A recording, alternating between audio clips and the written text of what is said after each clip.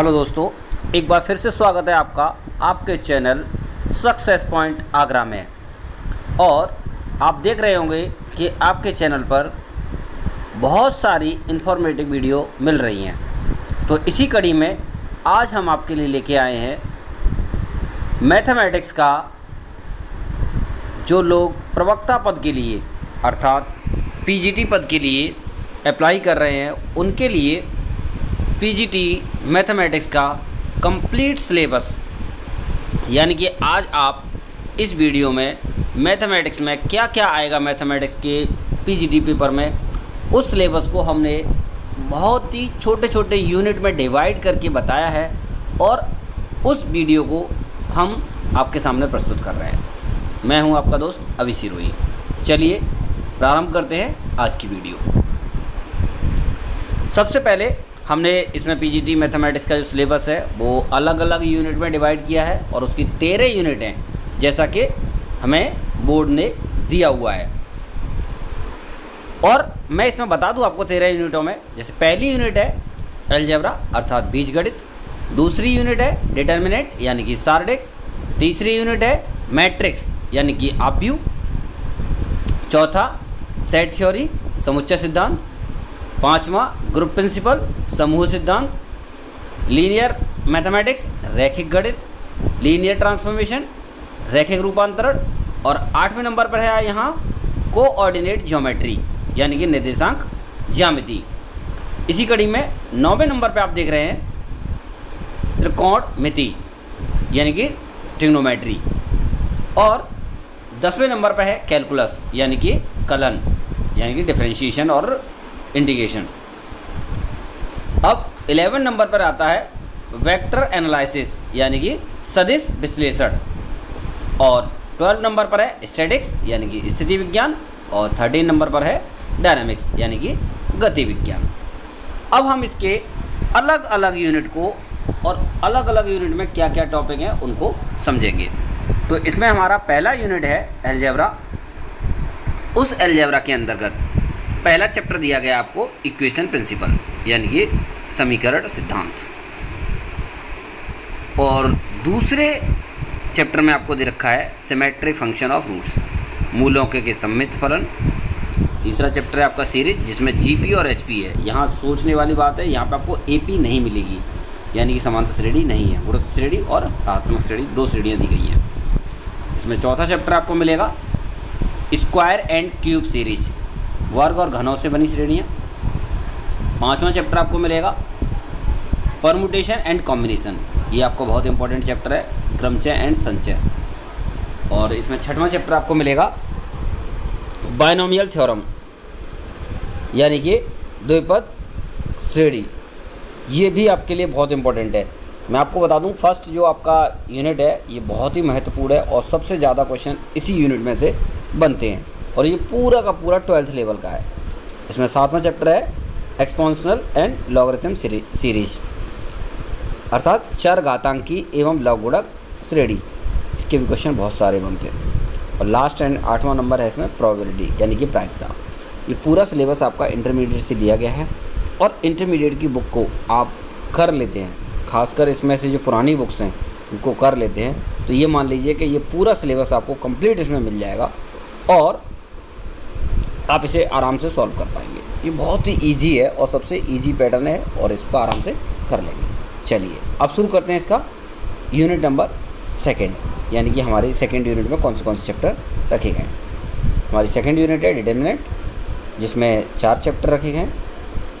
पहला है सारडेक के प्रकार यानी टाइप्स ऑफ डिटर्मिनेंट, सेकेंड है आपका 3/3 के सारडेक का विस्तार यानी कि expansion of determinant 3/3, cofactor and सब डिटर्मिनेंट सेकंड और उपसारडेक। अगला चौथा चैप्टर है linear equation solution bye Cramer rule, Cramer नियम की सहायता से 3 अज्ञात राशियों के रैखिक समीकरण हल करना। देखिए इसमें से क्वेश्चन जरूर बनना है, 100% बनना है, यानी डिटर्मिनेंट आप जानते हैं अच्छी तरीके से, इसके क्वेश्चन जरूर बनने हैं। कम से कम 3 से 4 क्वेश्चन इसमें से बनेंगे, आप इसको अच्छे से कर लीजिए। अगली यूनिट पे चलते हैं। आपका जो यूनिट 3 है हमारी मैट्रिक्स यानी कि आव्यूह। इसमें पहला चैप्टर है टाइप्स ऑफ मैट्रिक्स यानी कि अवयव के प्रकार, और दूसरा चैप्टर है सम एंड प्रोडक्ट ऑफ मैट्रिक्स 3/3। यहाँ आपको ध्यान देने वाली बात है कि आपको स्पेशलाइजेशन कहा गया है 3/3 के ही अवयवों का योग और गुणन पढ़ना है। अगला है तीसरा चैप्टर ट्रांसपोज ऑफ मैट्रिक्स यानी कि परिवर्त अवयव, और चौथा चैप्टर है आपका symmetric and non symmetric matrix यानी सममित और विषम सममित अवयव, और पांचवा चैप्टर है कोफैक्टर ऑफ मैट्रिक्स यानी अवयव का सहखंडन, और छठवां चैप्टर आपको मिलेगा simultaneous equation simultaneous by inverse matrix प्रतिलोम अवयव की सहायता से 3 अज्ञात राशियों के योगपद का समीकरण का हल। ये आपको तीसरी यूनिट में कंप्लीट मिलेगा। अब इसी के साथ हम पहुंचते हैं 4th यूनिट पे, जिसका नाम है सेट थ्योरी। इसमें आपको पहला चैप्टर मिल रहा है देखने को क्लास इवन रूल वर्ग सम नियम, दूसरा चैप्टर है एसोसिएटिव रूल यानी साचार नियम, तीसरा है ऑर्डर इंटरचेंजेबल रूल यानी क्रम विनिमय रूल, डिस्ट्रीब्यूशन लॉ यानी कि वितरण नियम, आइडेंटिटीज सर्वसमीका हैं, डिमॉर्गन लॉ। देखिए यहाँ से ऊपर तक का सारा आपका 12 तक का था, जैसे ही डिमॉर्गन पे आते हैं हम लोग ये बीएससी लेवल का आ जाता है, ठीक है ना। तो सातवां है आपका इक्विवेलेंट रिलेशन यानी तुल्यता संबंध, मैपिंग, आठवां है मैपिंग प्रतिचित्रण, इंटरमीडिएट में से ही आपको मिलेंगे सारे, इन्वर्स मैपिंग प्रतिलोम प्रतिचित्रण, कॉम्बिनेशन ऑफ मैपिंग प्रतिचित्रण का संयोजन, ये क्वेश्चन बहुत इंपॉर्टेंट है, ठीक है। Usages of Peano's equation and inductive equation, Peano के अभिग्रहित तथा आगमन अभिग्रहित के प्रयोग, ये आपको इसमें देखने को मिलेंगे। इसी के साथ हमारा चैप्टर नंबर 4 कंप्लीट हो जाता है। अब हम बढ़ेंगे चैप्टर नंबर 5 की। चैप्टर नंबर 5 है हमारा ग्रुप प्रिंसिपल यानी कि समूह सिद्धांत, और समूह सिद्धांत एक इम्पॉर्टेंट चैप्टर है अगर देखा जाए तो पीजीटी के लिए, क्योंकि ग्रुप में से बहुत सारे क्वेश्चन हमारे यहाँ बनते हैं। देखिए इसमें जो पहला चैप्टर दिया गया है वो दिया गया है partial group and group integration यानी कि आंशिक समूह और समूह समाकारिता। आपका सेकंड है सब ग्रुप जनरेटेड बाय सब ग्रुप, उपसमुच्चय द्वारा जनित उपसमूह, ठीक है। अगला है साइक्लिक ग्रुप यानी कि चक्रीय ग्रुप समूह, ऑर्डर ऑफ ए एलिमेंट किसी अवयव की कोटि, सब ग्रुप ऑफ साइक्लिक ग्रुप यानी कि आपका चक्रीय समूह के उपसमूह, डिसोसिएशन ऑफ सबसेट यानी कि सह समुच्चय वियोजन। अगला है लैग्रेंज थ्योरम, बहुत इंपॉर्टेंट है। लैग्रेंज थ्योरम में से क्वेश्चन 2 बनेंगे ही बनेंगे, ये पक्का है, ठीक है। सब group generalisation and section group, प्रसामान्य उपसमूह और विभाग समूह। अगला है आपका इंटीग्रेशन ऑफ फंडामेंटल थ्योरम अर्थात समाकारता का मौलिक प्रमेय, और इसी का सेकंड पार्ट है आपका primary and secondary integration theorem, प्रथम और द्वितीयक समाकारिता प्रमेय। चलिए प्रारंभ करते हैं अब चैप्टर नंबर 6 यानी कि लीनियर मैथमेटिक्स रैखिक गणित, जिसका पहला पार्ट है वेक्टर मैक्रो एग्जाम्पल्स यानी कि सदिश समष्टि के उदाहरण। दूसरा है आपका लीनियर कॉम्बिनेशन ऑफ वेक्टर्स, सदिशों का रैखिक संयोजन। तीसरा है आपका लीनियर इनहोमोजेनिटी यानी कि रैखिक आश्रितता। अगला है आपका लीनियर रफनेस यानी कि रैखिक अनिश्चितता। और पांचवा है आपका बेस एंड डायमेंशंस, आधार व विमा। छठवां है आपका परिमित विमीय सदिश समष्टि यानी कि फाइनाइट डायमेंशनल वेक्टर मैक्रो। अगला 7 है आपका उपसमष्टि जनन यानी कि सबसिस्टम जनरेशन। अगला लास्ट है इसका विभाग समष्टि प्रत्यक्ष योग यानी डिपार्टमेंटल एग्रीगेट डायरेक्ट सम। इसी कड़ी में अब आगे बढ़ते हैं हम चैप्टर नंबर 7 पर, जिसका नाम है लीनियर ट्रांसफॉर्मेशन यानी रैखिक रूपांतरण। ये बहुत ही इंपॉर्टेंट है। इसका पहला चैप्टर है एलजेब्रा ऑफ लीनियर ट्रांसफॉर्मेशन यानी रैखिक रूपांतरण का बीजगणितीय। अच्छा, दूसरा इसका fundamental theorem of integration and it's usage, समाकारिता का मौलिक प्रमेय और इसके प्रयोग। अगला है तीसरा सिमेट्रिक एंड ड्यूअल बेसिस, समष्टि और द्वैती आधार। और लास्ट एंड चौथा इसका ट्रांसपोज लीनियर ऑफ ट्रांसफॉर्मेशन, रैखिक रूपांतरण का परिवर्त। ये 4 चैप्टर आपके लिए इसमें बहुत ही महत्वपूर्ण है, क्योंकि इसके क्वेश्चन जो बनाए जाते हैं एग्जाम में अक्सर करके हर बार देखा गया है, इसके बहुत छोटे छोटे क्वेश्चन होते हैं और बहुत ही इंपॉर्टेंट क्वेश्चन आपको एग्जाम में देखने को मिलते हैं, इसीलिए मैं आपको सजेस्ट कर रहा हूँ। चलिए आगे बढ़ते हैं हम लोग अगले 8वें पार्ट पर। इसके पे 8वें पार्ट में हमें क्या देखने को मिलेगा। अगली बुक का नाम है कोऑर्डिनेट ज्योमेट्री यानी निर्देशांक ज्यामिति। इसका थोड़ा सा ज़्यादा पार्ट है और ज़्यादा पार्ट ही आता है। जैसा पहला दे रखा है ax² plus 2hx plus by² minus 0 द्वारा निरूपित सरल रेखा युग्म। इसको ज़रा हम लोग सही से बता देते हैं। ax² plus 2hxy plus by² equal to 0 ये होता है इन रेखाओं के बीच का कोण व अर्धकों के युग्म का समीकरण। तीसरा पार्ट आता है इसमें समाकोणीय कार्तीय निर्देशांकों में सांख्यों के मानक समीकरण। चौथा आता है परामितीय समीकरण द्विघात व्यापक समीकरण द्वारा रेखा युग्म। 5वां पार्ट जो है इसमें वो है वृत्त, परवलय, दीर्घवृत्त व अतिपरवलय निरूपित करने की प्रतिबंध, जो कि इसका सबसे महत्वपूर्ण पार्ट है। ये आपको विशेष तौर पर पढ़ना है। अगला इसका 6वां है मूल बिंदु एवं अक्षों के रूपांतरण यानी कि स्थानांतरण की सहायता से वृत्त, परवलय, दीर्घवृत्त, अतिपरवलय के मानक समीकरण प्राप्त करना।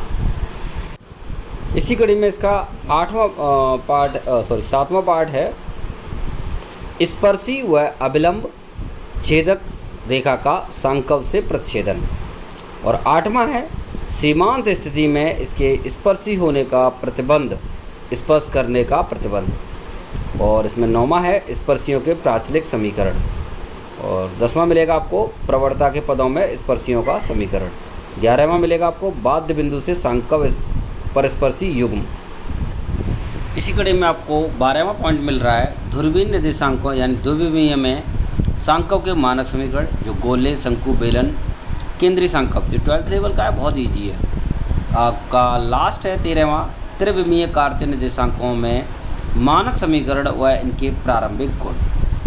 ये जो आप देख रहे हैं कोऑर्डिनेट ज्योमेट्री, इसमें आप आज से 5 साल पुराना या 6 साल पुराना जो पैटर्न था 6 बुकों वाला, उसमें से कोऑर्डिनेट ज्योमेट्री उठा लीजिए। पूरा का पूरा सिलेबस आपको उसमें से मिल जाएगा और उसमें से आपको करने पर आपको पूरा का पूरा पार्ट आपको मिल रहा है। वैसे मैं आपको अपने चैनल पर ये सारी चीज़ें कराऊँगा, तो आप लोग इस चैनल को सब्सक्राइब करके रख लीजिए और ये सारी चीज़ें आपको इसमें सॉल्व सहित मिलेंगी। पूरा पेपर आपको इसी में से मिलेगा, बाहर नहीं जाएगा, ये बिल्कुल आप निश्चिंत कर लीजिए। चलिए आगे बढ़ते हैं अब चैप्टर नंबर आपका 9 पर। अब इस वीडियो का 9वां पार्ट और सबसे महत्वपूर्ण पार्ट यानी कि त्रिकोणमिति यानी ट्रिग्नोमेट्री। इसमें पहला चैप्टर है आपका त्रिकोणमितीय समीकरण, दूसरा है त्रिभुज का हल, परिगत, अंतर तथा बाह्य वृत्तों की त्रिज्याएं और गुण। मैं बता दूं आपको लेटेस्टली जिन्होंने 2008 के बाद या 2010 के बाद इंटरमीडिएट किया होगा, उन्होंने ये चैप्टर नहीं पढ़ा होगा। उससे पहले ही चलता था जब 6 बुक चला करती थी, तो इसीलिए इस चैप्टर को ध्यान से पढ़ लें, क्योंकि ये स्मॉल r, कैपिटल R और R1, R2, R3 में रिलेशन जो हुआ करता था वो इस चैप्टर में था। अच्छा, इसके बाद तीसरा चैप्टर है ऊंचाई और दूरी, हाइट एंड डिस्टेंस। ये 10th में भी होता है, 11th में, 12th में, सब में पढ़ा है आपने। अगला है डी प्रतिलोम वृत्तीय फलन के साधारण गुण, ये आपने पढ़ा है, इन्वर्स है। अगला है कॉम्प्लेक्स नंबर यानी कि समित संख्याओं के योग और गुणनफल, मापांक, कोणांक रूप का हर परिमेयकरण। अगला लास्ट आपका 6वां है डेमाइवर प्रमेय और इसका प्रयोग। आप देख रहे हैं डेमाइवर प्रमेय बहुत आती है, यानी कि डेमाइवर प्रमेय आपकी कौन सी हुआ करती थी, वो थी EX equal to cos theta plus i sine theta, ये हुआ करता था। e⁻θ की वैल्यू जो होती थी cos theta plus i sine theta, ये हुआ करती थी और ये आपके में इम्पोर्टेंट है। अगला है इकाई के मूल समित संख्याओं के फलन। और इसके बाद है चर घातांकीय वृत्तीय हाइपरबोलिक लघुड़ी व्यापक चर घातांकीय। और लास्ट है इसमें प्रतिलोम वृत्तीय एवं प्रतिलोम हाइपरबोलिक फलन, वास्तविक व अधिकल्पित भागों में पृथक्करण। ये आपने पढ़े ट्रिग्नोमेट्री में। इसके बाद अब आपका चैप्टर है कैलकुलस, यानी कि 10वां चैप्टर आपको मिलेगा कैलकुलस। ये कैलकुलस की अलग से बुक होती है। हाँ, अवकलन, गणित, फलन, परिभाषा व आरेख, ये पहला है। दूसरा है इसमें फलन की सीमा, एक बिंदु पर व एक अंतराल में फलन का सातत्य, संवृत्त अंतराल पर फलन, सतत फलनों की सामान्य विशेषताएं। और आपका तीसरा है इसका फलन का अवकलन, बीजीय, त्रिकोणमितीय। और चौथा है आपका चर घातांकीय और लघुगुणकीय फलनों का अवकलन। और पांचवा है फलन के फलनों का अवकलन, यानी फंक्शन का डिफरेंशिएशन। और आपके छठवां आपको मिलेगा स्पर्शरेखा एवं अविलंब, या नॉर्मल एंड टेंजेंट। और आपको लास्ट 7 मिलेगा आपको एक चर राशि के फलन के उच्चिष्ट व निम्निष्ट, यानी maxima and minima function.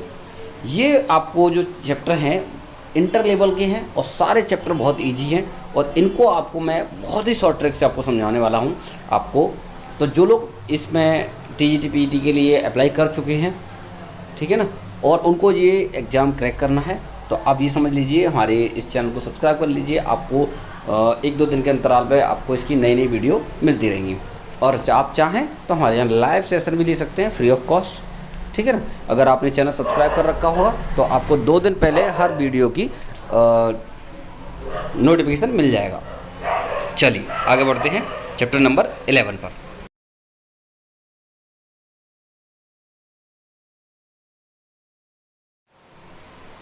Chapter number आपका 11 है वेक्टर एनालिसिस, यानी कि सदिश विश्लेषण।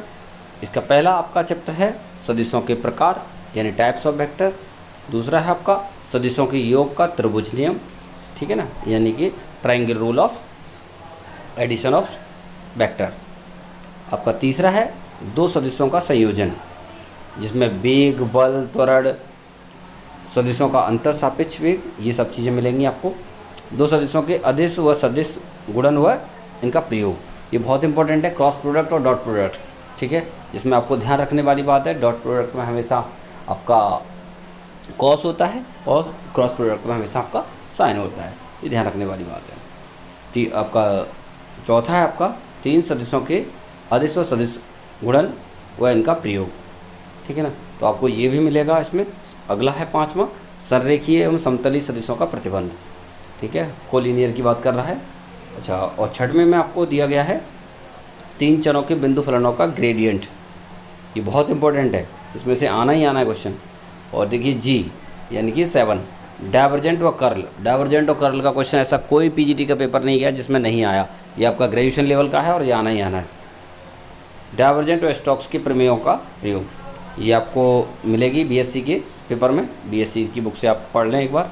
3 चरों के फलनों का अवकलन एवं समाकलन, ये भी आपको मिलेगा, ठीक है ना। और आपको मैं कंफर्म कर दे रहा हूँ, ये सारी वीडियो मैं अपलोड करने वाला हूँ अपने इसी चैनल पे, ठीक है ना, तो आपको ये सारी चीज़ें मिलेंगी। और आप एक बार बीएससी की जो आपकी यूनिवर्सिटी वाली बुक हैं, उन बुकों को एक बार ज़रूर देखें, क्योंकि ये सारा सिलेबस आपको उन बुकों में ज़रूर मिलने वाला है, ये वाला, ठीक है। आगे बढ़ते हैं चैप्टर नंबर 12 पर, जो आपका है डायनामिक्स, ठीक है।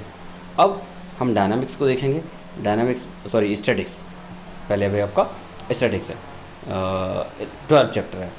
तो इसमें आपका जो पहला है वो है आपका 3 बल लगे पिंडों का संतुलन, equilibrium of body with 3 forces. और दूसरा है आपका समतली बल निकाय के अंतर्गत संतुलन के सामान्य प्रतिबंध, जनरल कंडीशन ऑफ इक्विलिब्रियम, ठीक है ना। और तीसरा है गुरुत्व केंद्र, सेंटर ऑफ ग्रेविटी। और चौथा है आपका कॉमन कैटेनरी, ठीक है ना। और 5वां है स्थायी व अस्थायी संतुलन, यानी परमानेंट एंड टेम्परेरी इक्विलिब्रियम।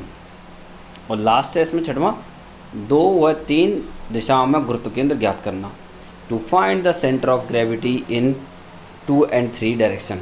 ये क्वेश्चन आपको मैं बता दूं कन्फर्म, ये जो डायनामिक्स की क्वेश्चन है कॉमन कैटेनरी, ये आपको बीएससी में मिलेंगे, और कुछ ये जो सेंटर ऑफ ग्रेविटी वाले हैं ये आपको इंटर में भी मिल जाएंगे, ठीक है ना।